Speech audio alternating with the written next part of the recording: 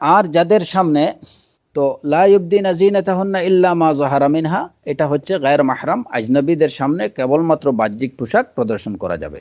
মাহরাম এবং যাদের কথা এই আয়াতে উল্লেখ করা হয়েছে তাদের সামনে কেবলমাত্র আদায় উযু, যেটা সেই আদায় উযু প্রদর্শন করা যাবে।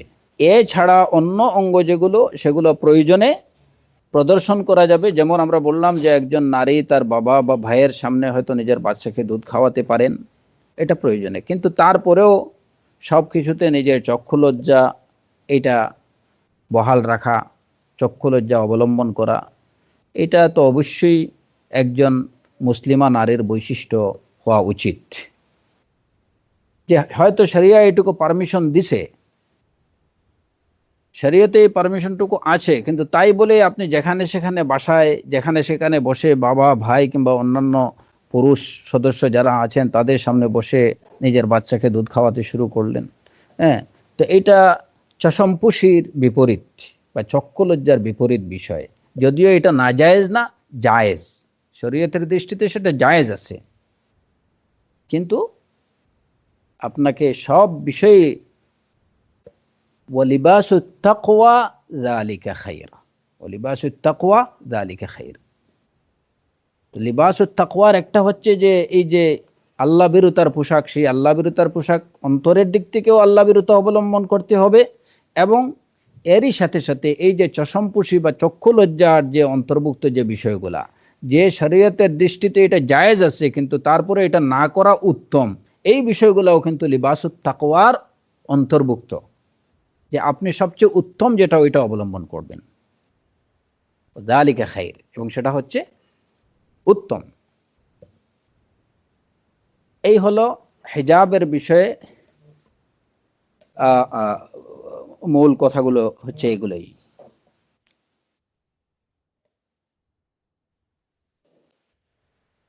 এখন ওই যে এই হিজাবের বিষয়ে আরো দুই একটা বিষয়, যেমন আমরা কি পেলাম যে মাহরামের সামনে একজন নারী তার মাথা, ঘাড়, তারপরে কান, চেহারা, মুখ, হাত, তারপরে পা প্রদর্শন করতে পারবে, বের করতে পারবেন।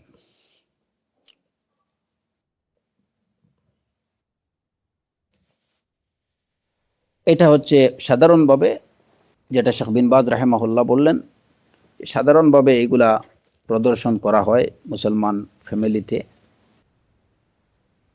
যাদের সামনে প্রদর্শন করা যাবে তাদের মধ্যে এই যে এই আয়াতে এক প্রকার হচ্ছেন যে আও নিসা ইহিন্না, তাদের স্ত্রীলোক। এখানে তাদের স্ত্রীলোক বলতে উলামায়ে কেরামদের অনেকের অভিমত হচ্ছে যে কেবলমাত্র মুসলমান নারীদের সামনেই একজন মুসলমান নারী তার শরীরের এই অঙ্গটুকু প্রদর্শন করতে পারবে। বিধর্মী অমুসলিম নারীর সামনে অমুসলিম নারী গায়ের মাহরামের মতোই তাদের সামনে এই অঙ্গটুকু প্রদর্শন করা যাবে না। এটা হচ্ছে কিছু সংখ্যক উলামায়ে কেরামের অভিমত, এবং তারা আও নিসা ইহিন্না, তাদের নারী বলতে তারা তাদের নিসা ইহিন্না মানে বলতে তারা মুসলমান নারীদের কথা বলছেন, যে এখানে নিসা ইহিন্না বলতে মুসলমান নারীদেরকে বোঝানো হয়েছে। তবে জমহুর উলামায়ে, বেশিরভাগ উলামায়ে কেরামদের অভিমত হচ্ছে যে, এবং এইটা হচ্ছে আরও বেশ কিছু দলিল, যে আয়েশা রাদিয়াল্লাহু আনহা বা উম্মাহাতুল মুমিনিনদের কাছেও অনেক সময় ইহুদি নারীরা আসতেন, এবং তাদের সামনে তারা আলাদাভাবে বিশেষ কোনো পর্দা অবলম্বন করতেন না। অন্যান্য মুসলিমা নারীদের সামনে যে অঙ্গটুকু প্রদর্শন করা হতো তাদের সামনে সেই অঙ্গটুকুই প্রদর্শন করা করতেন। তো এই সব দলিলের ভিত্তিতে জমহুরের অভিমত হচ্ছে যে একজন নারী অন্যান্য নারীর সামনে শরীরের ওই অঙ্গটুকু, মানে ওই অদূর অংশটুকু প্রদর্শন করতে পারবেন, তাতে কোনো অসুবিধা নেই। তবে হ্যাঁ, এখানে একটা বিষয় জেনে রাখা দরকার, মুসলিমাই হোক এবং গায়ের মুসলিমা হোক, অমুসলিমদের সামনে বা বিধর্মী মুসলিম মানে বিধর্মী মহিলার সামনে একজন মুসলিমা নারী তার শরীরের এই অংশটুকু প্রদর্শন করতে পারবে না বলে যারা অভিমত দিয়েছেন, তাদের এই অভিমতের পিছনে তারা যে কারণ বর্ণনা করেছেন সেটা হচ্ছে যে এরা গিয়ে একজন মুসলমান নারীর শরীরের মানে দেহ দেহের যে বর্ণনা সেটা অন্যদের কাছে দেবে এবং তার একজন মুসলমান নারীর সম্মানহানি করবে। কারণ মৌলিক কারণ তারা এটাই বলেছেন যে বিধর্মী নারী মুসলিমা নারীর সম্মান রক্ষা করবে না। সে তার স্বামীর কাছে কিংবা অন্যদের কাছে গিয়ে ওই মুসলিমা নারীর দেহ আকৃতির বর্ণনা দিতে থাকবে। এখন কথা হলো যে কোনো মুসলিমার মধ্যেও যদি এই বৈশিষ্ট্য থাকে, সাধারণভাবে আমরা যেটা বললাম যে অধিকাংশ উলামায়ে কেরামের অভিমত হচ্ছে যে মুসলিমা হোক কিংবা গায়ের মুসলিমা হোক, একজন নারী, একজন মুসলিমা নারী অন্য নারীর সামনে ওই অঙ্গটুকু প্রদর্শন করতে পারবেন। তবে হ্যাঁ, যদি কোনো মুসলিমা নারীও তার বৈশিষ্ট্য এমন হয় যে ওই মানে যাদেরকে সে দেখে তাদের দেহ বৈশিষ্ট্য বা দেহ আকৃতির বর্ণনা সে অন্যদের কাছে বলে বেড়ায় যে আমি অমুককে দেখেছি, ওই মেয়ে কিংবা ওই মহিলা এরকম এরকম এরকম, এ সমস্ত বদ স্বভাব যদি কারোর মধ্যে থাকে, তাহলে সে মুসলিমা হলে পরেও তার সামনে এই অঙ্গটুকু প্রদর্শন না করা উচিত। দুর্ভাগ্যবশত দেখা যায় যে এই স্বভাব, এই বদ স্বভাবটা বিধর্মীদের থেকে মুসলমান নারীদের মধ্যে বেশি হয়ে গেছে বর্তমানে। আজকে ইউরোপ আমেরিকাতে যে সমস্ত অমুসলিমরা রয়েছে, সেই অমুসলিম নারীরা আরেকজন মুসলিমা নারীকে দেখছে, এখন তার শরীরের বর্ণনা দেবে এর কাছে সের কাছে, এত সময় তাদের নেই, তারা এগুলো এত নিয়ে এগুলো বদার করে না। কিন্তু এই যে বাঙালি সমাজে বিশেষ করে যে মুসলমান নারীরা আছেন, তারা হয়তো কাউকে দেখলেন, তারপরে খেয়ে দিয়ে আর কোনো কাজ নেই, বসলেন, গল্প শুরু করলেন, ওই বাসাতে গেলাম বা ওই বাড়িতে গেলাম, ওই মহিলাকে দেখলাম, বাস একদম তার শরীরের পুরো দেহ আকৃতির বৈশিষ্ট্য বিবরণ সব কিছু ডিটেলস দিতে থাকলেন। তো এই বদ স্বভাব মুসলিমাদের মধ্যেই বেশি বর্তমান সময়ে। তো সেই হিসাবে সেই অমুসলিম নারীদের থেকে এরা তো আরো বিপজ্জনক, এদের সামনে প্রদর্শন করা। এই রকম কোনো মহিলাকে জানা থাকে যে উনি যাকেই দেখেন তার বিষয়ে গিয়ে ঘরে ঘরে বা এর কাছে অ্যাডভার্টাইজ করতে থাকেন যে এরকম এরকম, তাহলে তার সামনে শরীরের এই অঙ্গটুকু প্রদর্শন না করা উচিত, নিজেকে ফিতনা থেকে বাঁচানোর জন্য। নতুবা সাধারণভাবে মুসলিমা হোক কিংবা গায়ের মুসলিমা হোক, একজন নারীর সামনে অন্য একজন মুসলিমা নারী ওই অঙ্গটুকু প্রদর্শন করতে পারবেন। আও মা মালাকাত আইমানুহুম, তাদের অধিকারভুক্ত যারা, নারীদের অধিকারভুক্ত যারা। এখানে বিষয় হচ্ছে যে এটা বোঝার কোনো, এই আয়াত দ্বারা এইটুকু বোঝার কোনো অবকাশ নেই যে এখানে ওই যে অধিকারভুক্ত দাস, পুরুষ দাস যারা, তাদের কথা বলা হয়েছে, এরকম বোঝার কোনো কারণ নেই। কারণ এই আয়াতে আও মা মালাকাত আইমানুহুম আইমানুহুন্না, আও মা মালাকাত আইমানুহুন্না বলতে কেবলমাত্র নারী দাসীদেরকেই বোঝানো হয়েছে। এবং এ বিষয়ে সাঈদ ইবনুল মুসাইয়িব রাদিয়াল্লাহু আনহুর বক্তব্য হচ্ছে, লা ইয়াগুররান্নাকুম আয়াতুন নূর ফাইন্নাহু ফিল ইমাই দুনাজ যাকুর, তোমাদেরকে যেন আয়াতুন নূরের এই অংশটুকু, আও মা মালাকাত আইমানুহুন্না, এই আয়াতের এই অংশটুকু যেন তোমাদেরকে বিভ্রান্ত না করে। তোমরা এটাকে মনে করো না যে এখানে পুরুষ দাস যারা, তাদের কথা বলা হয়েছে যে পুরুষ দাসের সামনে একজন নারী তার শরীরের ওই অঙ্গটুকু প্রদর্শন করতে পারবে যে অংশটুকু সে তার বাবা ভাইয়ের সামনে প্রদর্শন করতে পারে, এটুকু না। লা ইয়াগুররান্নাকুম আয়াতুন নূর ফাইন্নাহু ফিল ইমা দুনাজ যাকুর, এটা নারীদের কেবলমাত্র বাদী দাসীদের বিষয়ে বলা হয়েছে।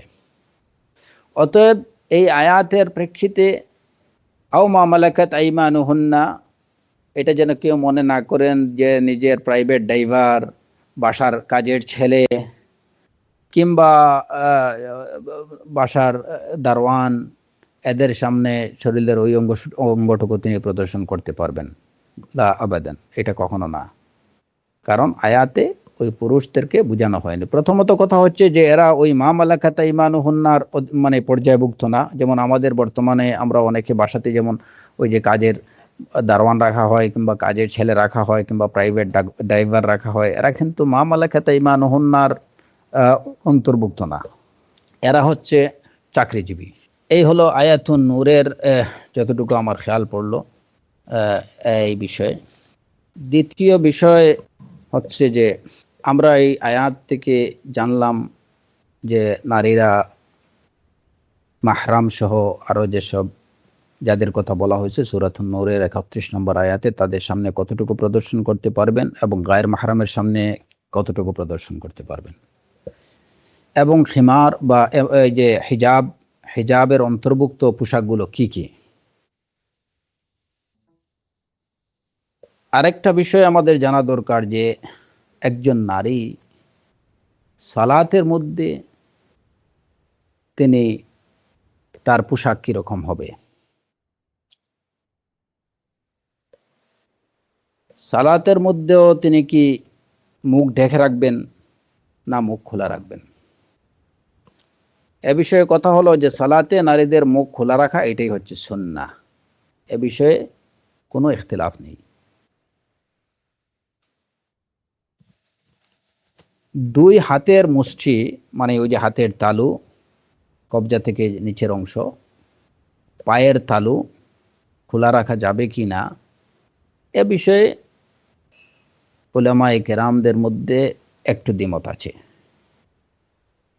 বেশিরভাগ উলামায়ে কেরামের অভিমত দুই হাতের তালু, এই যে হাতের তালু, তারপরে এটা ডেকে রাখা ওয়াজিব, সালাতে ডেকে রাখা ওয়াজিব। হাত সালাতে একজন নারী তার দুই হাত ডেকে রাখবেন। আফান, দুই হাতের তালু সালাতে ডেকে রাখা এটা ওয়াজিব না, এ বিষয়ে এটা হচ্ছে জমহুরের অভিমত। মুখ খোলা রাখা সুন্নাহ, এ বিষয়ে কারো কোনো দ্বিমত নেই। হাতের কবজা থেকে নিচের অংশে যে মানে হাতের তালু এবং দুই পায়ের তালু খোলা রাখা যাবে কিনা এ বিষয়ে দ্বিমত। প্রথমত দুই হাতের তালু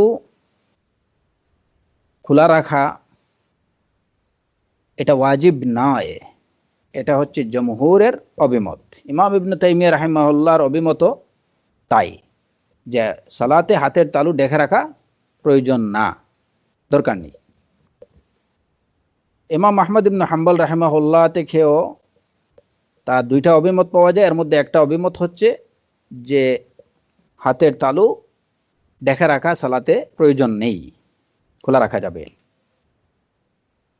তো মূল কথা হচ্ছে যে জমহুর আইম্মায়ে কেরাম, উলামায়ে কেরামের অভিমত হলো সালাতে মুখ এবং দুই হাতের তালু খোলা রাখা যাবে। দুই পায়ের তালু মানে পায়ের যে উপরের অংশটা, এটা খোলা রাখা যাবে কি না, এ বিষয়ে জমহুর উলামায়ে কেরামের অভিমত হলো যে দুই পায়ের উপরে মানে পায়ের তালু খোলা রাখা, ডেকে রাখা এটা ওয়াজিব। পার্থক্যটা এই জায়গায় যে দুই হাতের মানে কবজা থেকে নিচের অংশ মুষ্টি তালু, দুই হাতের তালু খোলা রাখা যাবে, এটা হচ্ছে জমহুরের অভিমত। আর দুই পায়ের তালু ডেকে রাখা ওয়াজিব, এটা হচ্ছে জমহুরের অভিমত। আচ্ছা, কিন্তু ইমাম আবু হানিফা রাহিমাহুল্লাহ, ইমাম সাউরি, ইমাম মুজনি, ইমাম ইবনে তাইমিয়া রাহিমাহুমুল্লাহ, ওনাদের অভিমত হলো যে সালাতে দুই পায়ের তালু খোলা রাখা জায়েজ, ডেকে রাখা ওয়াজিব না। শেখ উসাইমিন রাহিমাহুল্লাহর অভিমত হচ্ছে এটা যে সালাতে একজন নারী তার দুই পায়ের তালু খোলা রাখতে পারেন। যারা বলেছেন যে 2 পায়ের তালু খোলা রাখা জায়েজ, তাদের কথা হলো যে পা ঢেকে রাখার বিষয়ে যে দলিলগুলো আছে, এই দলিলগুলো পায়ের তালু ঢেকে রাখার বিষয়ে মানে কি না, সন্তোষজনক না। এর কারণ যে আপনি যদি পায়ের নিচে থেকে আরও আধা বিগত, 1 বিগত লম্বা কাপড়ও পরেন আর সেজদাতে যদি আপনি যান, তাহলেও দেখা যাবে যে পা ওই যে শরীরের উপরের দিকে টান খেয়ে ওই কাপড়টা পায়ের নিচের অংশটাকে খুলে ফেলে। শেখ হুসাইমিন রাহিমাহুল্লাহ এই বিষয়টাকে সুন্দরভাবে ব্যাখ্যা করেছেন। তো মূল কথা হলো যে সলাতে একজন নারীর আবশ্যকীয় পোশাক যেগুলো হচ্ছে, সেটা হচ্ছে যে তার নর্মাল, তার সাধারণ পোশাক তার থাকবেই, এর সাথে সালাতের জন্য আবশ্যকীয় পোশাক হচ্ছে কি, খিমার। আবশ্যকীয় পোশাক হচ্ছে একজন নারীর জন্য খিমার। অবশ্যই তার মাথা, ঘাড়, বক্ষদেশ ঢাকা থাকতে হবে। জিলবাবের প্রয়োজন আছে কি না, যে সালাতে একজন নারী তার সাধারণ পোশাকের উপরে খিমার, এই দুইটা তো থাকলোই, জিলবাবও থাকবে কিনা, উপরে বড় চাদর সে পরবে কিনা, এই বিষয়ে জমহুর উলামায়ে কেরামের অভিমত হচ্ছে যে সালাতে যদি এইটুকু এনশিওর করা যায় যে তার মানে সাধারণ পোশাক, কামিজ, শেরওয়াল, খিমার এইগুলা যদি ঠিক থাকে, তাহলে জিলবাবের প্রয়োজন নেই। যদি জিলবাব কেউ পরে তাহলে সেটা উত্তম, ভালো, কিন্তু এটা ওয়াজিব না। যদি কেউ জিলবাব পরে কিংবা বড় আবা পরে তাহলে তা উত্তম, কিন্তু এটা ওয়াজিব না। সাধারণ কাপড় যেটা, এটা যদি তার শরীরকে ঢেকে রাখে, এবং সাধারণ কাপড় যদি ওই যে শরিয়াসম্মত কাপড়ের বৈশিষ্ট্য সম্বলিত কাপড় হয়,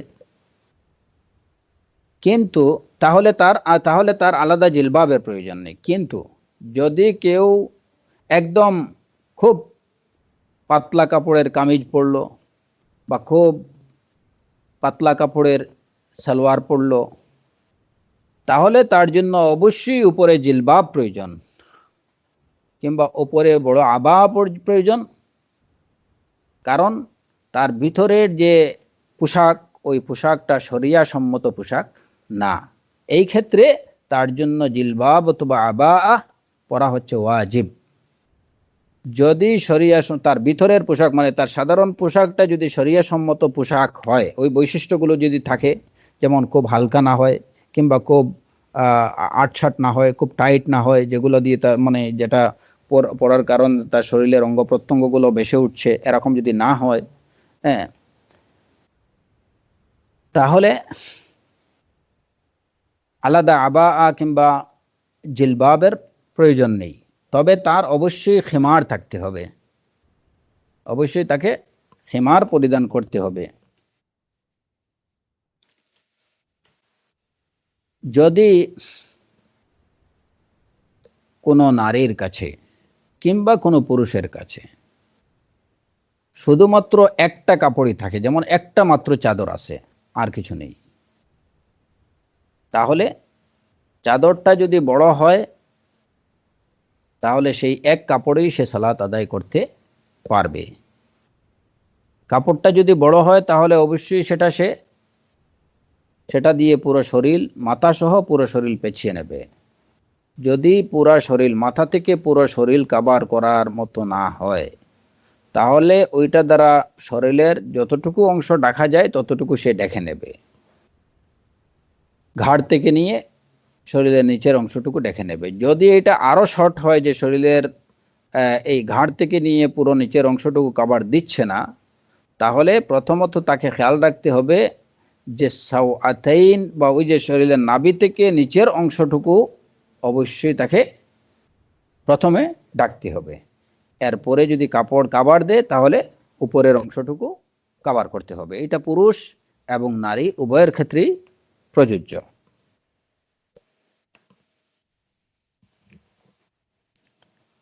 কারণ পুরুষ কিংবা নারী তার শরীরের প্রধানত মূল আওরাহ হচ্ছে ওই অঙ্গটুকু।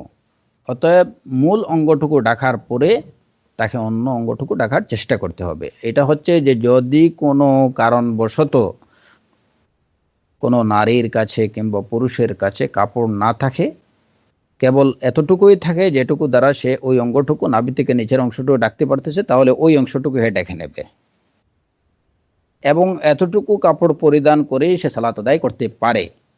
এবং আমরা এর আগে আলোচনা করেছি যে যদি কেউ এমন অবস্থার মধ্যে নিপতিত হয় যে তার কাছে কোনো কাপড় নেই, তাহলে এই অবস্থায় সে কি সালাত পরিত্যাগ করবে?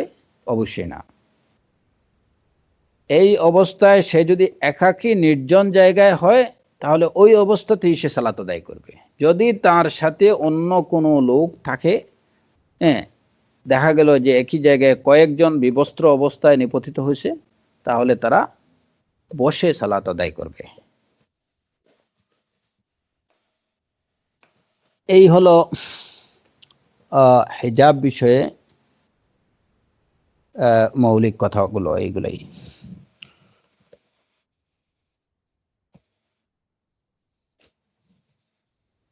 যখন একজন নারী ঘর থেকে বের হবে, তখন অবশ্যই তাকে কেবলমাত্র তার বাহ্যিক পোশাক যেটা, সেই পোশাক ব্যতীত অন্য কিছু সে প্রদর্শন করতে পারবে না। সালাতের পোশাক সম্পর্কে আমরা জানলাম যে একজন নারীর সালাতের পোশাক কি হবে এবং সালাতে সে কতটুকু দেখে রাখবে। যদি কাপড়ের, এইখানে এই বিষয়টা খেয়াল রাখবেন যে যদি কাপড়ের স্বল্পতা থাকে, কাপড় না থাকে, তাহলে এক কাপড়ে সালাত আদায় করা যাবে। এমনকি যদি একদম কাপড় না থাকে, তাহলে কাপড়হীন অবস্থায় সালাত আদায় করতে হবে। একটা কাপড় যদি থাকে, তাহলে এটাকে আপনি শরীরে পেঁচিয়ে নেবেন। জাবির ইবনে আব্দুল্লাহ রাদিয়াল্লাহু থেকে বর্ণিত হাদিস, রাসূল সাল্লাল্লাহু আলাইহি ওয়াসাল্লাম বলেছেন, ইযা সাল্লাইতা ওয়া আলাইকা থাওবুন ওয়াহিদ ফা ইন কানা ওয়াসিআন ফালতাহিব বিহি ওয়া ইন কানা দায়্যিকান ফাত্তাজির বিহি। যদি তুমি সালাত পড়তে যাবে, তোমার কাছে যদি একটা মাত্র কাপড় থাকে এবং কাপড়টা যদি মোটাসোটা হয়, বড় হয়, বড় কাপড় হয়, তাহলে এটা দিয়ে শরীর পেঁচিয়ে নাও। আর যদি কাপড়টা সংকীর্ণ হয়, মানে ছোট হয়, তাহলে এটা দিয়ে তুমি এটাকে ইজার বানিয়ে নাও। ইজার বানিয়ে নাও মানে তুমি তোমার শরীরের এই যে নিচের অংশটুকুকে দেখে নাও।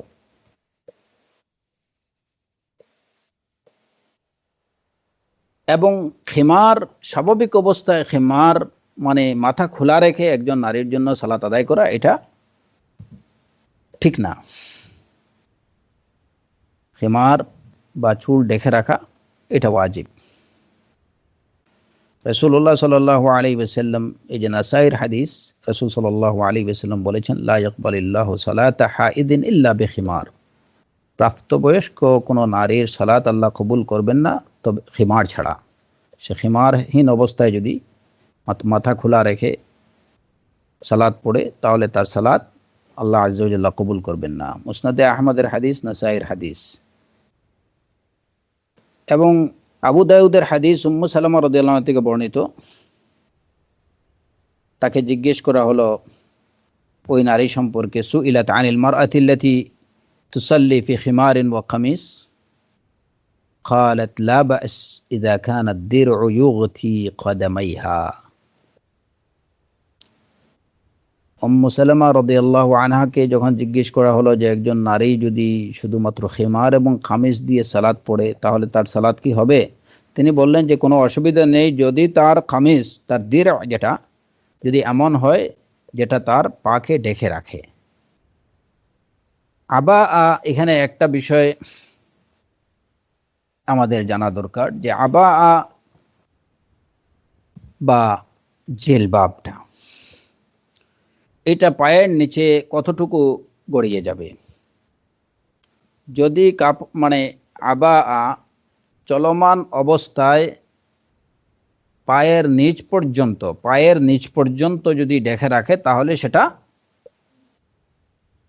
যথেষ্ট হবে। তবে এটাকে যদি পায়ের নিচে থেকে, অর্থাৎ পায়ের পাতা থেকে যদি আরেকটু ঝুলিয়ে দেয়া হয় তাহলে সেটা উত্তম। পায়ের পাতা থেকে যদি আরেকটু ঝুলিয়ে দেয়া হয় তাহলে সেটা উত্তম। তবে আমাদের দেশের প্রেক্ষাপটে একজন নারীর তার আবাআ কিংবা জিলবাব স্যান্ডেল পরার পরে ওই স্যান্ডেল পর্যন্ত, মানে স্যান্ডেলের নিচ পর্যন্ত যদি কাভার করে নেয় তাহলে সুন্নাহ আদায় হয়ে যাবে। আরবের প্রেক্ষাপটটা আমি যতটুকু বুঝি, ওয়াল্লাহু আ'লামু বিস-সাওয়াব, সেখানে একজন নারীর আবাআ যদি আরো লম্বা হয় তাহলে তাতে কোনো অসুবিধা নেই। তার কারণ সেখানের মাটিগুলো বালু মাটি। এই কারণেই যখন রাসূলুল্লাহ সাল্লাল্লাহু আলাইহি ওয়াসাল্লামকে বলা হয়েছিল, ইয়া রাসূলুল্লাহ আল আরদ ফিহি কাযারা, যে হে আল্লাহর রাসূল, মাটির মধ্যে তো ময়লা আছে। ক্বালা সাল্লাল্লাহু আলাইহি ওয়াসাল্লাম ইউতাহহিরুহু মাল্লাযী ইউতাহহিরুহু মা বা'দাহু, এর পরবর্তী মাটিটুকু এটাকে পরিষ্কার করে দেবে, পরবর্তী মাটিটুকু এটাকে পরিষ্কার করে দেবে। তো ওইখানে যদি আবাআ ঝুলিয়ে থাকে মাটিতে কোথাও, যদি ওই বালুর মধ্যে, যদি বালু মাটির মধ্যে যদি ময়লা থাকে, তাহলে ওইটা ঘষা খেয়ে সামনে যখন যাবে তখন অন্য মাটিগুলো ওইটাকে পাক করে দেবে। কিন্তু আমাদের দেশের বেশিরভাগ এলাকারই মাটি হচ্ছে এঁটেল মাটি, এবং মাটিগুলো থাকে স্যাঁতসেঁতে। আরব এলাকার মাটিগুলো স্যাঁতসেঁতে থাকে না, এগুলো একদম শুকনো, যে কারণে ময়লাটা কাপড়ের মধ্যে ততটুকু এফেক্ট করে না। কিন্তু আমাদের দেশের মাটি, অধিকাংশ এলাকার মাটি এঁটেল মাটি, যেটা কাপড়ে লাগলে পরে সহজে ছুটে না। অনেক সময় পানি দিয়ে ধুয়ে ছোটানো বেশ কঠিন হয়, কষ্ট করে ছোটাতে হয়। তাছাড়া মাটিটা হচ্ছে স্যাঁতসেঁতে। তো পরবর্তী যে হয়তো আপনার একটা জায়গায় ময়লা লাগলো, আপনি সামনে যখন যাবেন তখন এই ময়লাটা ছুটে যাবে এরকম আশা করা যায় না। আরব এলাকার মাটিগুলো ছিল ওরকমই, যে কাপড়ের গোসায় যেমন কেউ হেঁটে গেল, রাসূলুল্লাহ সাল্লাল্লাহু আলাইহি ওয়াসাল্লাম এবং আবু বকর as-সিদ্দিক রাদিয়াল্লাহু আনহু যখন এই গারে সুরে ওনারা অবস্থান করলেন, তখন আবু বকর রাদিয়াল্লাহু আনহুর ছেলে এবং তার মেয়ে, ওনারা ওইখানে দিনের বেলা গিয়ে পশু চড়াতেন।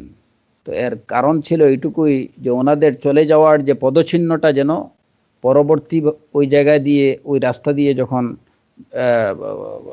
অন্য কিছুকে নেওয়া হতো বা ওনারা যেতেন, তখন ওই পদচিহ্নগুলো মিটে যেত। এর থেকে কি বোঝা যায় যে ওইখানে মাটিগুলো ছিল ওরকমই।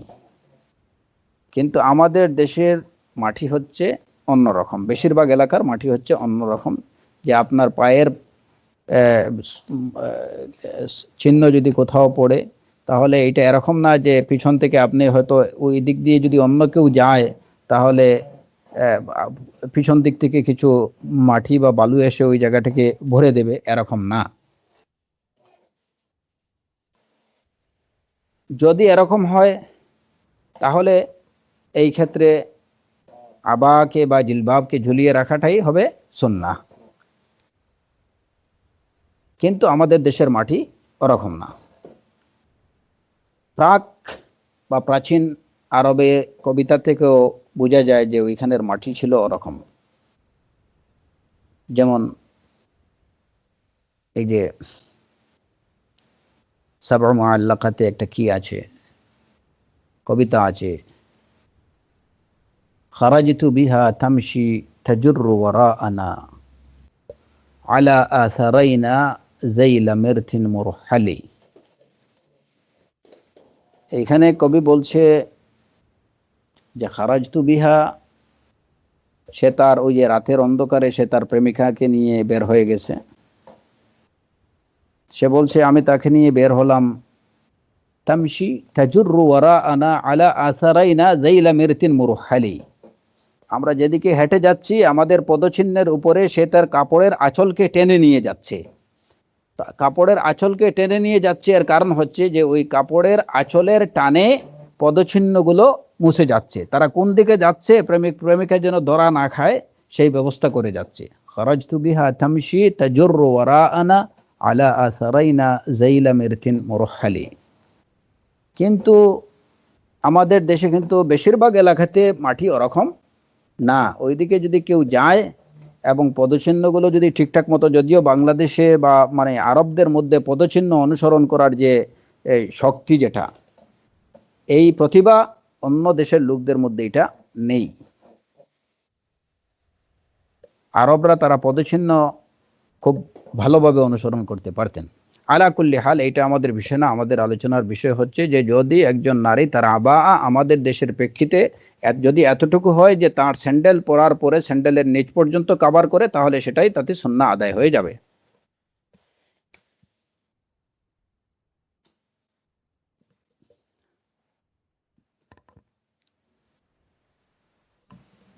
এরপরে বিষয় হলো যে আমরা এইটুকু পেলাম যে একজন নারী তার সালাতে তার পোশাক কেমন হবে।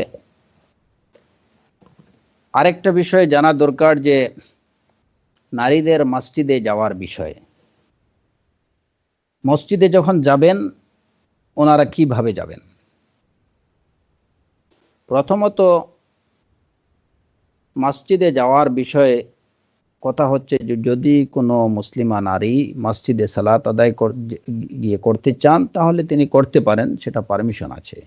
কিন্তু রাসূলুল্লাহ সাল্লাল্লাহু আলাইহি ওয়াসাল্লাম তাদেরকে ডিসকারেজ করছেন। যদি যেতে চায় তাহলে তাকে নিষেধ করা যাবে না, বাধা দেয়া যাবে না।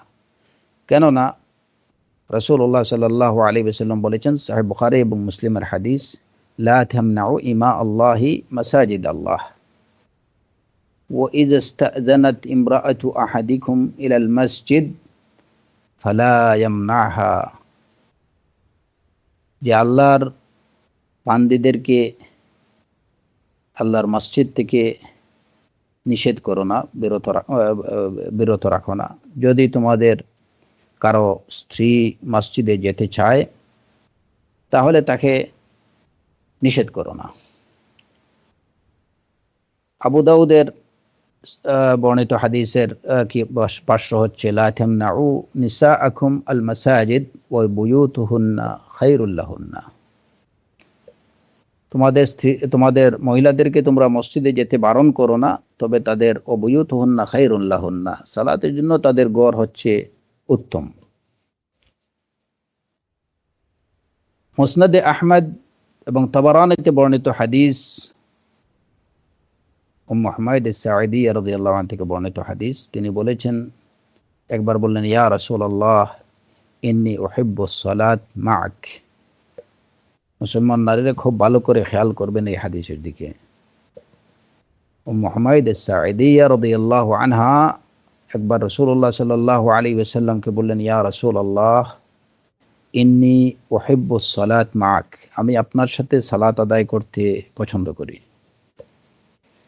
রাসূলুল্লাহ সাল্লাল্লাহু আলাইহি ওয়াসাল্লাম তাকে বললেন, ক্বাদ আলিমতু আন্নাকি তুহিব্বিনাস সালাতা মাই, আমি জানি তুমি আমার সাথে সালাত আদায় করতে পছন্দ করো। ওয়া সালাতুকা ফি বাইতিক খায়রুন লাকা মিন সালাতিকা ফি হুজরাতিক। তবে তোমার সালাত তুমি তোমার ঘরে, তুমি যে ঘরে রাত্রি যাপন করো ওই ঘরে সালাত আদায় করা তোমার অন্যান্য ঘরে আদায়ের চেয়ে ওই রুমে আদায় করা উত্তম। ওয়া সালাতুকা ফি হুজরাতিক খায়রুন লাকি মিন সালাতিকি ফি দারিক, তোমার ঘরে সালাত আদায় তোমার বাড়িতে সালাত আদায় থেকে উত্তম। ওয়া সালাতুকি ফি দারিক খায়রুন লাকি মিন সালাতিকি ফি মসজিদি কওমিক, আর তোমার বাড়িতে সালাত আদায় করা তোমার গোত্রের মসজিদে সালাত আদায় থেকে উত্তম। ওয়া সালাতুকি ফি মসজিদি কওমিকি খায়রুম মিন সালাতুকি ফি মসজিদি, আর তোমার গোত্রের মসজিদে সালাত আদায় করা আমার এই মসজিদে সালাত আদায় করা থেকে উত্তম।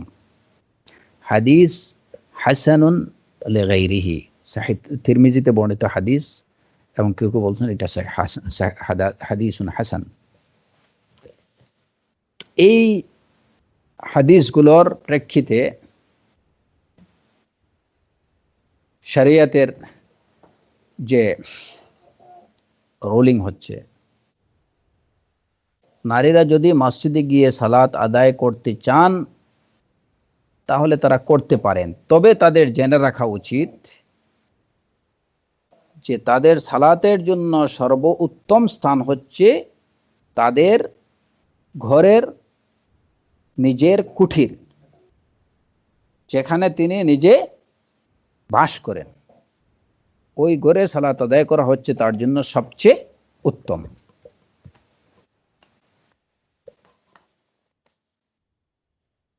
এই সাহাবিয়াকে রাসূলুল্লাহ সাল্লাল্লাহু আলাইহি ওয়াসাল্লাম, যখন তিনি এই সাহাবিয়া রাসূলুল্লাহ সাল্লাল্লাহু আলাইহি ওয়াসাল্লামের সাথে সালাত আদায়ের আগ্রহ প্রকাশ করলেন, তখনও রাসূলুল্লাহ সাল্লাল্লাহু আলাইহি ওয়াসাল্লাম আল্লাহর নবীর সাথে সালাত আদায় থেকে তাকে বলছেন যে তুমি তোমার ঘরে সালাত আদায় করা তোমার জন্য উত্তম।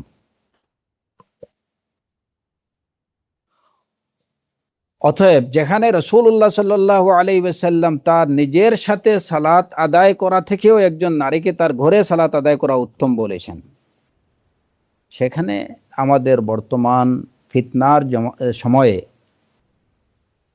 যেখানে একজন নারী তার ঘরেই নিরাপদ না, সেখানে তার জন্য মসজিদে গিয়ে সালাত আদায় না করা এটাই অধিক উত্তম। তার জন্য তার ঘরই হচ্ছে সালাতের জন্য সবচেয়ে উত্তম স্থান। তারপরে যদি কেউ যেতে চান যেতে পারেন, এটা নাজায়েজ না, জায়েজ আছে, এবং এর দলিল হচ্ছে লা তামনাউ ইমা আল্লাহি মাসাজিদ আল্লাহ ওয়া ইযা ইসতাআযানাত ইমরাআতু আহাদিকুম ইলাল মসজিদ ফালা ইয়ামনাহা। অতএব যদি কারো স্ত্রী বোন মসজিদে যেতে চান তাহলে তাদেরকে বারণ করবেন না, তবে যেতে দেওয়ার ক্ষেত্রে অবশ্যই কিছু বিষয় খেয়াল রাখতে হবে, যে আপনার স্ত্রী কিংবা আপনার বোন মসজিদে যেতে চাইছেন ঠিক আছে, কিন্তু মসজিদে যাওয়ার জন্য যেভাবে যাওয়া দরকার ওই আদবগুলো তিনি রক্ষা করে যাচ্ছেন কিনা ওই বিষয়টা অবশ্যই খেয়াল রাখতে হবে। এবং একজন নারী মসজিদে গিয়ে যে যদি সালাত জুমা জামাত আদায় করতে চান তিনি করতে পারেন, তবে অবশ্যই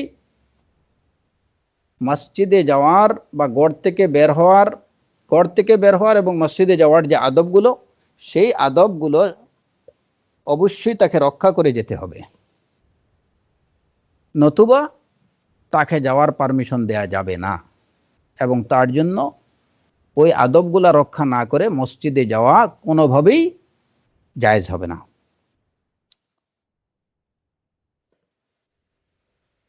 সেই আদবগুলোর মধ্যে একটা আদব হচ্ছে, যখন এটা খেয়াল রাখবেন যে মহিলারা যখন মসজিদে গিয়ে জুমা কিংবা জামাত আদায়ের জন্য যাবেন, তখন যে বিষয়গুলো তাদের খেয়াল রাখতে হবে, প্রথমত হিজাবে শরঈ যে বিষয়গুলো আমরা আলোচনা করলাম, ওই হিজাব মেনটেন করেই তাকে ঘর থেকে বের হতে হবে। ইভেন যদিও উনি মসজিদের জন্যই যান, তাহলে ওই হিজাবগুলো রক্ষা করেই তাকে ঘর থেকে মসজিদের উদ্দেশ্যে বের হতে হবে। তো প্রথম বিষয় হচ্ছে হিজাবে শরঈ, শরীয়ত সম্মত পর্দা অবলম্বন করে তাকে ঘর থেকে মসজিদের উদ্দেশ্যে বের হতে হবে। দ্বিতীয় বিষয় হচ্ছে, দ্বিতীয় আদব সেটা হচ্ছে ওই সময় তিনি পারফিউম ব্যবহার করতে পারবেন না। তৃতীয় বিষয় হচ্ছে তাকে খুব নম্র পদে চলতে হবে, হাঁটার পথে তাকে খুব নরম পায়ে পা ফেলতে হবে। এখন তার এমনভাবে তিনি মানে হাঁটতে পারবেন না যে তার জুতার শব্দ করে, কিংবা তার পায়ে যদি নূপুর থাকে সেই নূপুরের শব্দ শোনা যায়, এরকম যেন না হয়। জুতার শব্দ, নূপুরের শব্দ, এগুলা কোনোভাবেই শোনানো যাবে না। কোরআনে কারীমের সুস্পষ্ট নির্দেশ, ওয়ালা ইয়াদরিবনা বিআরজুলিহিন্না ওয়ালা ইয়াদরিবনা বিআরজুলিহিন্না লিয়ুলামা মা ইউখফিনা মিন জিনাতিহিন্না। লিয়ুলামা মা ইউখফিনা মিন জিনাতিহিন্না, এটা হচ্ছে পায়ের নূপুর। এবং রাসূলুল্লাহ সাল্লাল্লাহু আলাইহি ওয়াসাল্লামের হাদিস দ্বারা এটা প্রমাণিত যে তার নালের শব্দ, তার জুতার শব্দ যেন শোনা না যায়। এইভাবেই তাকে নম্রপদে চলতে হবে। ওয়া ইবাদুর রহমানিল্লাযীনা ইয়ামশুনা আলাল আরদি হাওনান। রহমানের ইবাদরা মাটির উপরে, পৃথিবীর বুকে চলাফেরা করেন নম্রভাবে। প্রথমত পুরুষদের জন্য এটা ঠিক না যে খুব গর্বভরে পা ফেলা, হাঁটার মধ্যে একটা দাম্ভিকতা প্রদর্শন করা, এটা পুরুষের জন্য হারাম। আর নারীদের জন্য তো কথাই নেই, তাদেরকে এমনভাবে হাঁটতে হবে যেন তাদের জুতার শব্দ না হয়। খুব ধীরপদে, আস্তে ধীরে এবং নম্রপদে। চতুর্থ বিষয় যে আদবটা রক্ষা করতে হবে, যে দুইজন নারী বা তিনজন নারী তারা একসাথে মসজিদে যাচ্ছেন, রাস্তায় কিংবা আশেপাশে যদি পুরুষদের উপস্থিতি থাকে, তাহলে এই অবস্থায় তারা কোনো কথাবার্তা, জুড়ে কোনো কথাবার্তা বলতে পারবেন না। এখন 4-5 জন মিলে একসাথে গল্পগুজব করতে করতে মসজিদে গেলেন, তো এটা সওয়াবের পরিবর্তে রাস্তায় তো অনেক গুনাহ কামাই করে ফেললেন। এটা কোনোভাবেই গ্রহণযোগ্য না। অবশ্যই মসজিদে যাওয়ার সময়, যদি কি হয় যে আশেপাশে কোনো পুরুষের উপস্থিতি নেই, একদম নির্জন এলাকা, 4-5 জন মিলে মহিলারা মসজিদে যাচ্ছেন, তখন তারা নিজেদের মধ্যে আলোচনা আলাপ করতে পারেন, দিনী কথাবার্তা কিংবা মুবাহ কথাবার্তা তারা বলতে পারেন, সেটা জায়েজ আছে। কিন্তু যদি আশেপাশে পুরুষের উপস্থিতি থাকে, তাহলে এই অবস্থায় নারীরা তাদের নিজেদের একে অপরের সাথে তারা কথাবার্তা বলতে পারবেন না। এখন যদি হয় যে নারী, তার সাথে কেউ নেই, তিনি একাই মসজিদে যাচ্ছেন, কিন্তু মোবাইলে কথা বলতে বলতে যাচ্ছেন, এটাও হারাম। এটাও হারাম, কারণ এই কথাগুলো ফিতনার কারণ হতে পারে।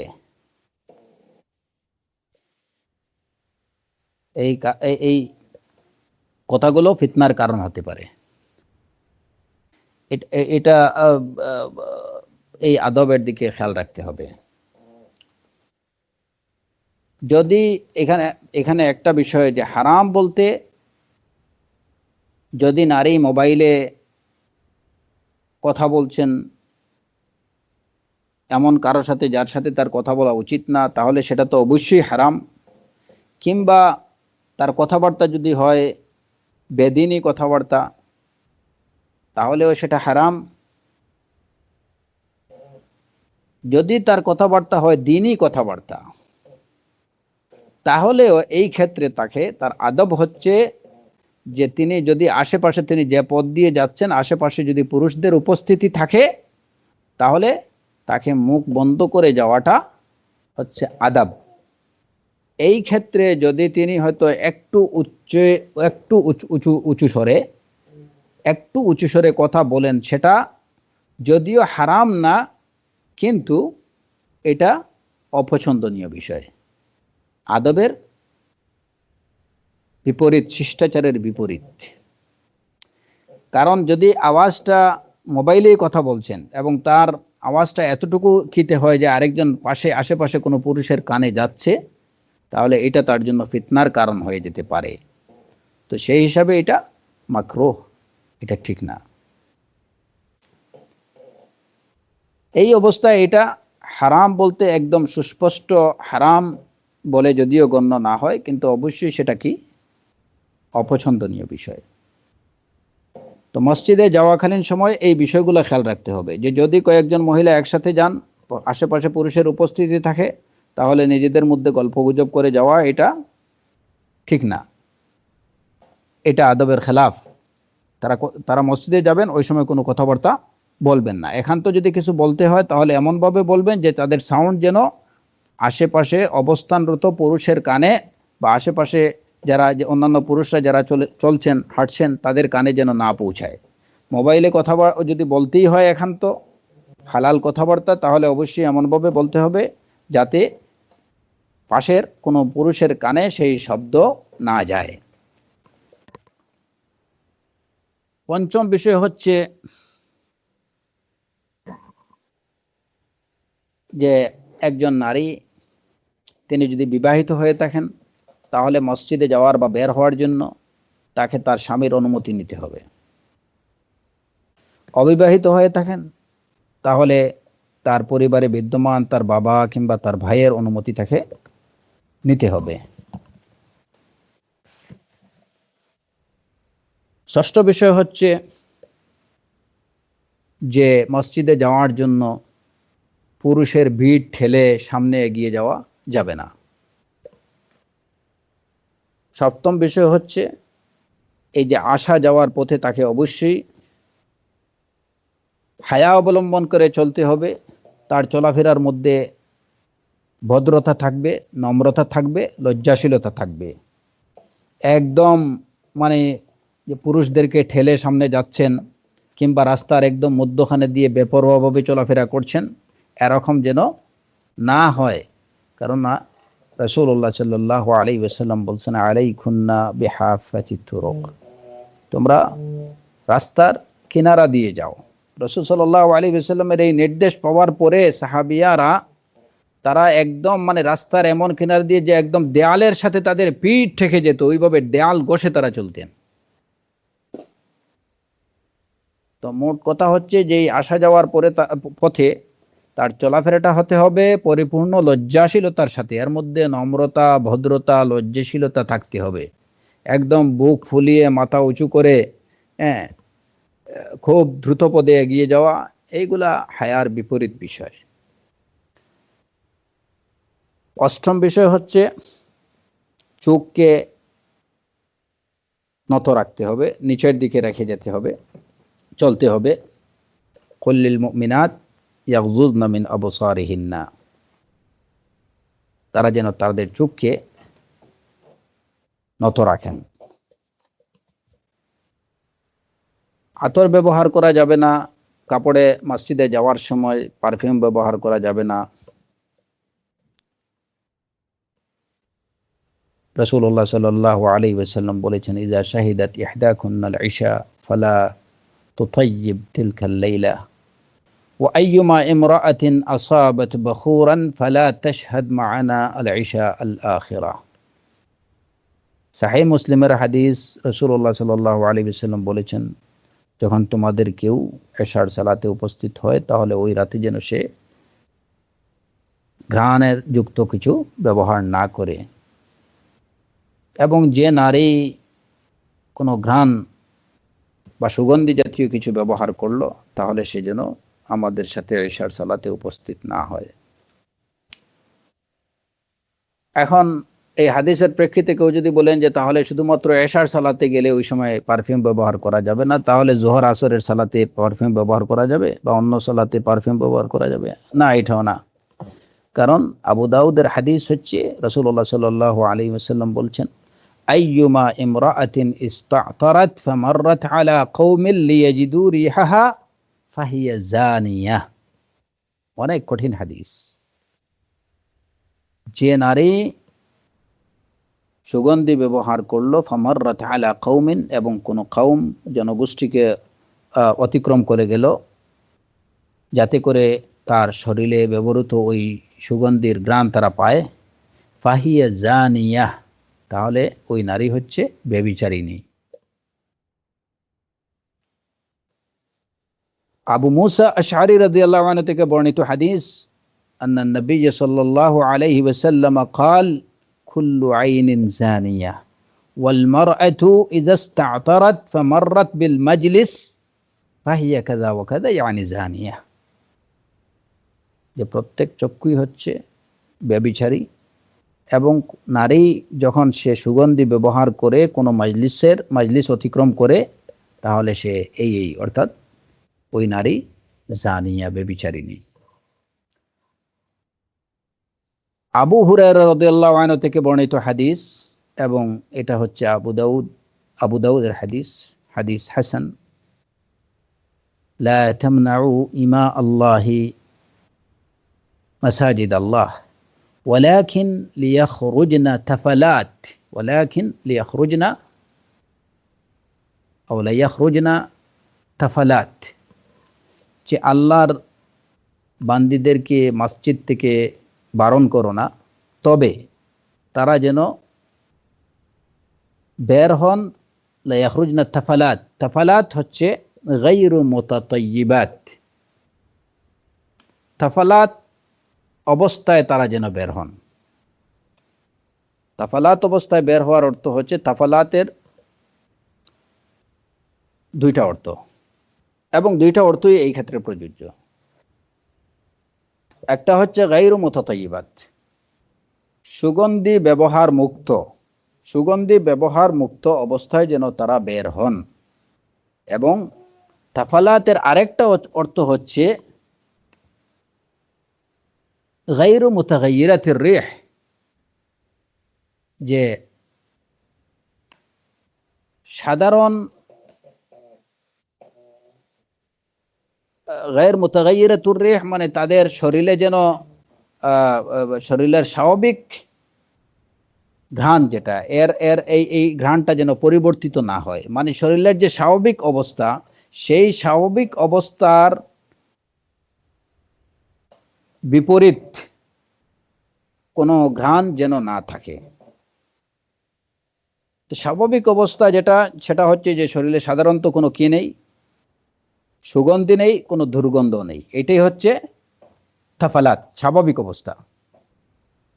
শরীরে কোনো সুগন্ধ নেই, দুর্গন্ধ নেই, তারা বের হবেন এই অবস্থায়। এখন যদি কোনো নারীর শরীরে দুর্গন্ধ থাকে, যেভাবে তার জন্য সুগন্ধি ব্যবহার করে মসজিদে যাওয়া ঠিক না, ঠিক তেমনিভাবে দুর্গন্ধ নিয়ে শরীরে যাওয়াও ঠিক না। এটাই হাদিসের থেকে বোঝা যায়, ইয়াখরুজনা তাফালাত। কারণ যদি দুর্গন্ধ থাকে, তাহলে সেটা হচ্ছে স্বাভাবিক অবস্থার পরিবর্তন, এটা অন্যদের জন্য কষ্টের কারণ হবে। অতএব এই অবস্থায় যদি শরীরে যেমন হয়তো ঘামের দুর্গন্ধ, কিংবা যে কোনো কারণে কাপড়ে ময়লা আবর্জনার দুর্গন্ধ, এইগুলা নিয়ে মসজিদে যাওয়া এটাও ঠিক না। আবার স্বাভাবিক অবস্থা আছে কিন্তু সুগন্ধি ব্যবহার করে যাওয়া, এটাও ঠিক না। এবং মসজিদে গিয়েই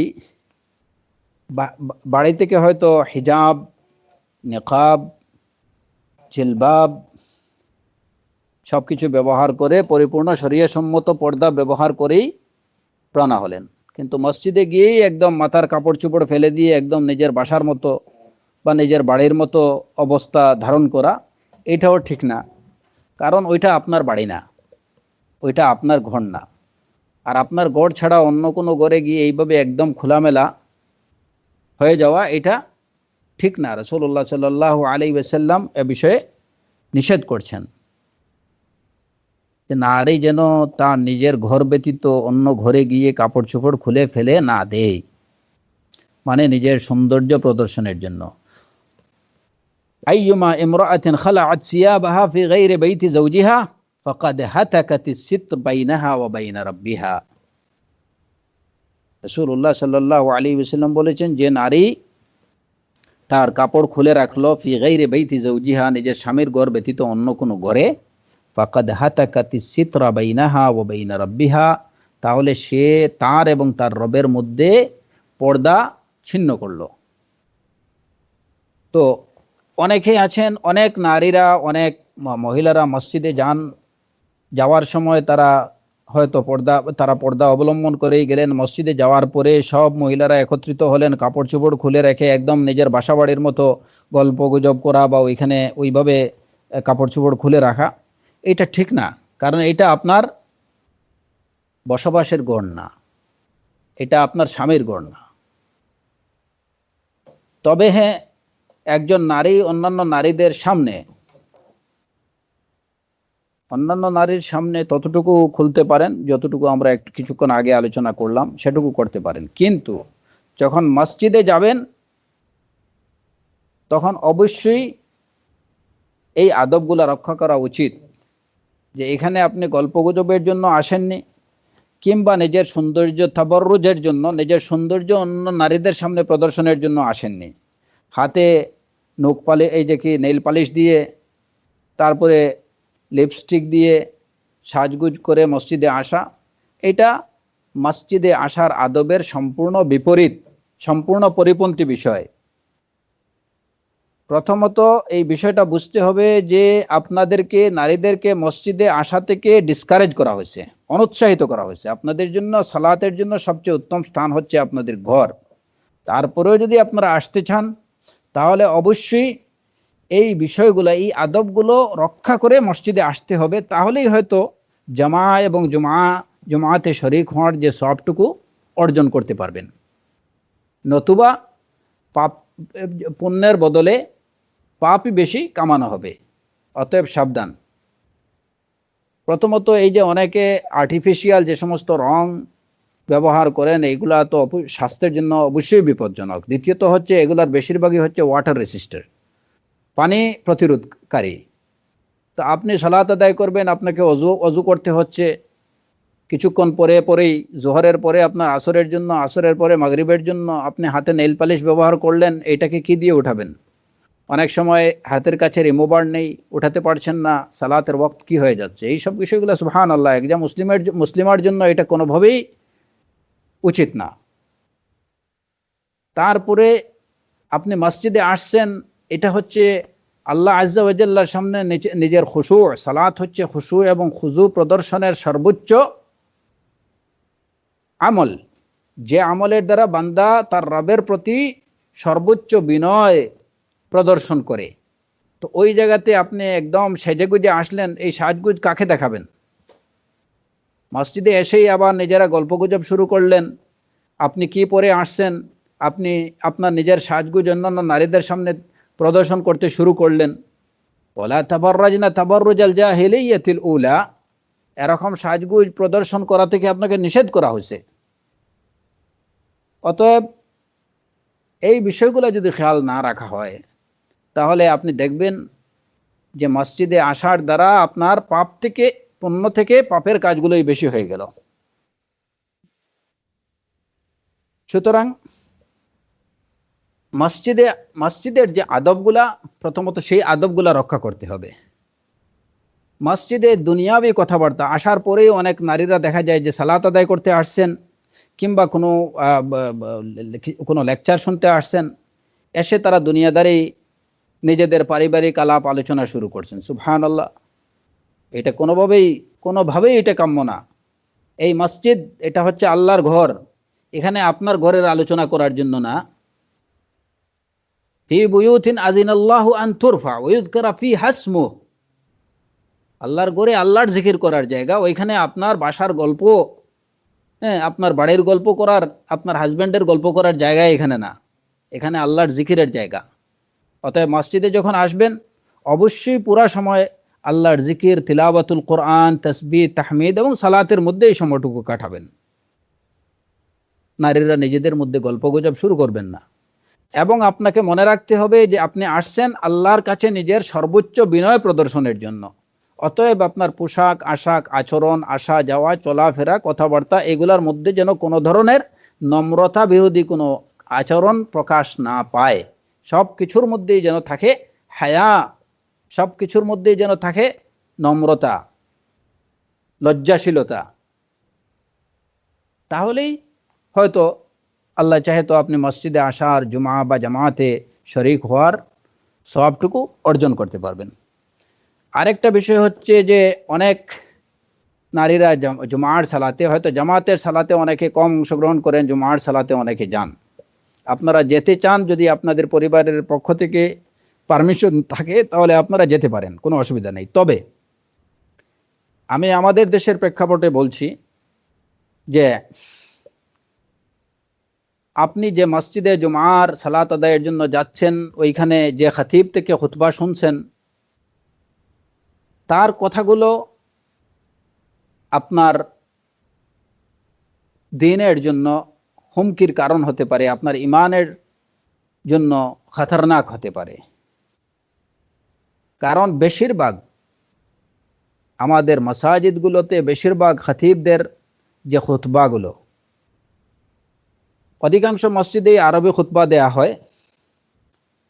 তো আরবি খুতবা যেখানে হয়, ওই জায়গাতে তো আপনার বুঝার কিছু নেই। বেশিরভাগ যারা, যে সমস্ত নারীরা আরবি জানেন না, ওই আরবি খুতবা, ওনারা ওই খুতবা থেকে কোনো ধরনের বেনিফিট নেওয়া ওনাদের পক্ষে সম্ভব হচ্ছে না। তো একদিক থেকে ওনারা বুঝতেছেন না খুতবা কি বলা হচ্ছে, খতিব সাহেব কি বলছেন। এই দিক থেকে আরবি খুতবা যে মসজিদগুলোতে হচ্ছে, সাধারণভাবে অন্যান্য কোনো অসুবিধা, বিশেষ অসুবিধা যদিও খতিবের মধ্যে না থাকে, তাহলে একদিক থেকে ওই খুতবাটা নিরাপদ, যে এখানে বুঝতেছেন না।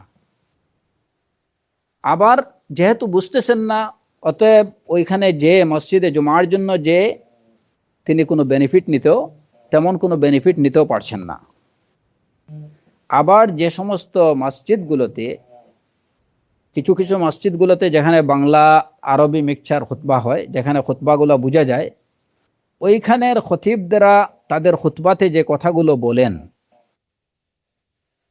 অধিকাংশ খতিবদের খুতবাগুলোর মধ্যে সহি ইসলামী আকিদা এবং মানহাজের পরিপন্থী অনেক বিষয় থাকে। কোরআন এবং সুন্নাহর নামে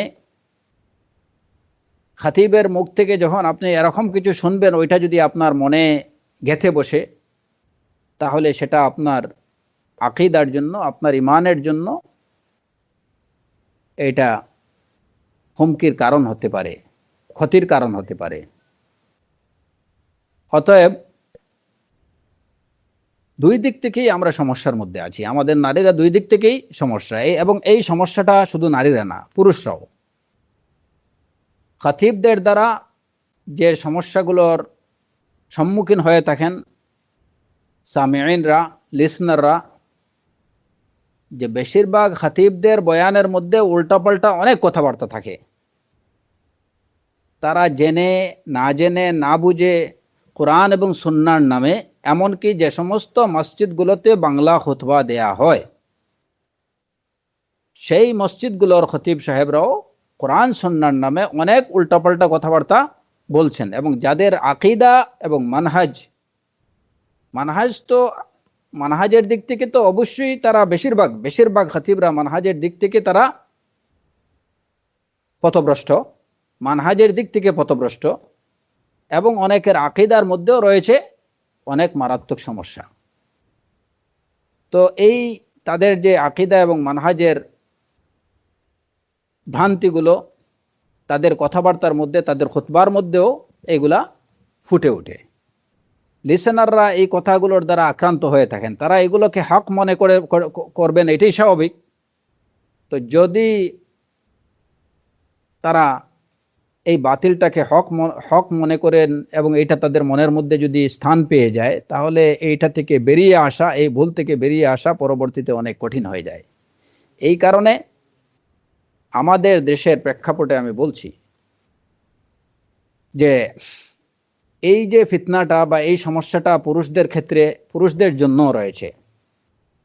যদি ওনারা যে সমস্ত মসজিদে আরবি খুতবা হচ্ছে, ওইখানে একদিক থেকে নিরাপদ, যে তারা কি বলছেন বেশিরভাগই বুঝতেছেন না, শুধুমাত্র আরবি একটা খুতবা ওনারা শুনতেছেন, এই দিক থেকে নিরাপদ। কিন্তু খুতবার দ্বারা যে বেনিফিট নেওয়ার কথা, সেই বেনিফিট ওনারা নিতে পারছেন না, ওইটা দ্বারা উপকৃত হচ্ছেন না, কারণ ওনারা বুঝতেছেন না।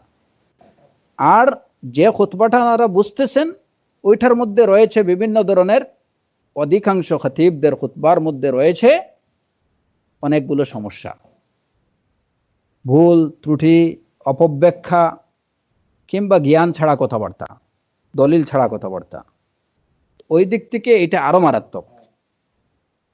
কারণ আমি একটা বিষয় বুঝিনি, এটা একটা বিষয়, আর বুঝলাম বাতিলটাকে হক মনে করে বুঝলাম, এটা হচ্ছে এর চেয়ে অনেক বেশি মারাত্মক ক্ষতিকর। অতএব পুরুষ কিংবা নারীরা আপনারা জুমার সালাতেই হোক, যে মসজিদগুলোতে যাবেন বা যে খতিবের খুতবাগুলো শুনবেন, সে বিষয়ে অবশ্যই অবশ্যই, এবং এই ক্ষেত্রে আমাদের ইখওয়ানরা অবশ্যই তাদের মা বোন কিংবা স্ত্রীদেরকে তারা সাহায্য করবেন।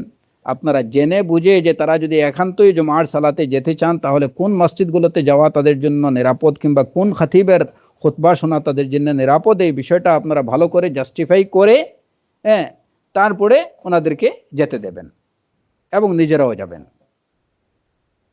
এবং এই একই অবস্থা হচ্ছে জুমার সালাত বলেন, ঈদের সালাত বলেন।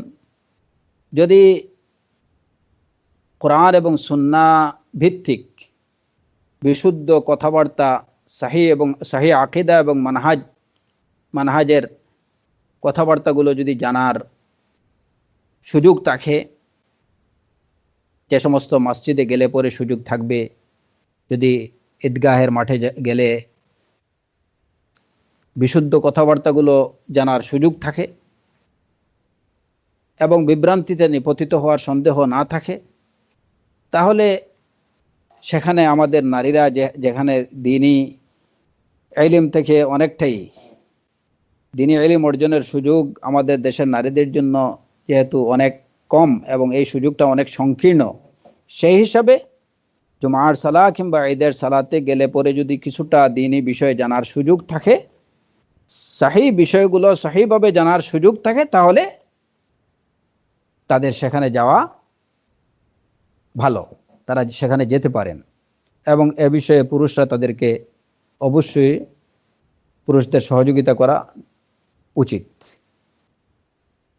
প্রত্যেক স্বামীকে তার স্ত্রীকে এ বিষয়ে সহযোগিতা করা, বাবা ভাইদের নিজের বোন নিজের মেয়েকে এ বিষয়ে সহযোগিতা করা উচিত, যে কিছুটা হলেও তারা যেন দ্বীনের বিশুদ্ধ জ্ঞান অর্জন করার একটা সুযোগ পান বা করতে পারেন। তো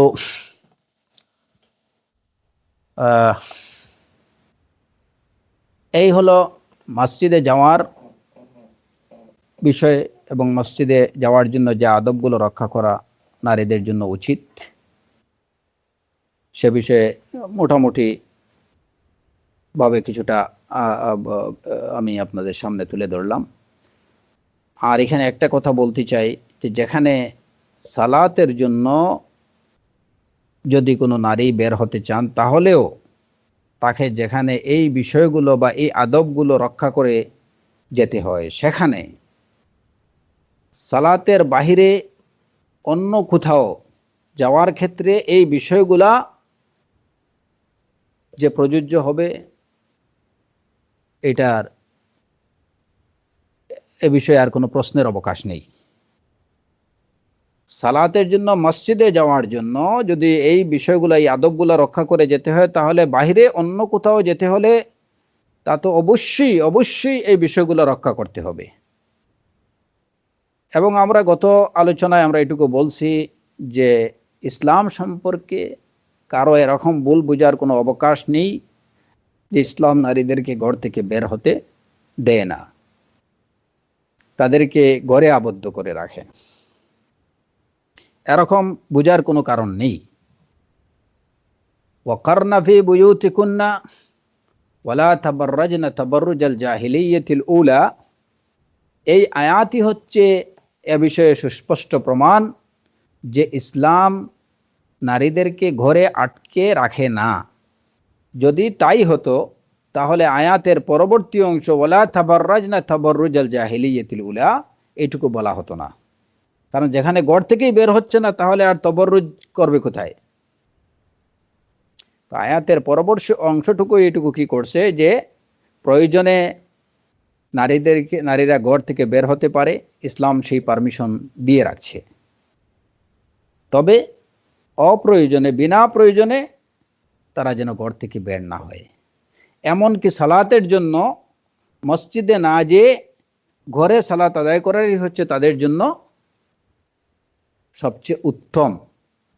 তো সালাতের জন্য যদি ঘর থেকে বের হওয়া না হওয়া তাদের জন্য উত্তম হয়ে থাকে, ঘরে সালাত আদায় করা যদি তাদের জন্য উত্তম হয়ে থাকে, তাহলে অপ্রয়োজনে কিংবা যেনতেন কারণে ঘর থেকে বের হওয়া এটা কখনো একজন মুসলিম নারীর বৈশিষ্ট্য হতে পারে না। তবে ইসলাম নারীদেরকে ঘর থেকে বের হওয়ার অনুমতি দেয় এবং সেই অনুমতিটা শর্ত সাপেক্ষ, এবং তাকে বের হতে হলে অবশ্যই কিছু আদাব মেনটেন করে তাকে বের হতে হবে। ওয়ালা তাবাররাজনা তাবাররুজাল জাহিলিয়াতিল উলা, এই আয়াতের প্রতি এবং এই নির্দেশের প্রতি যথাযথভাবে খেয়াল রেখেই তাকে বের হতে হবে।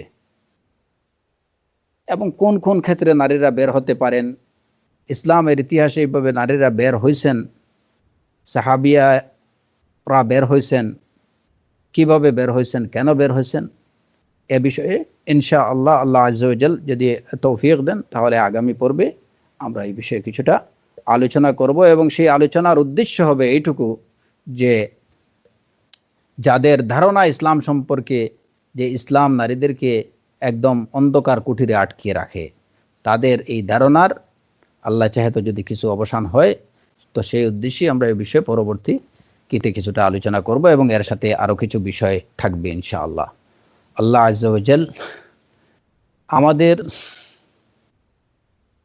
পুরুষ এবং নারীদেরকে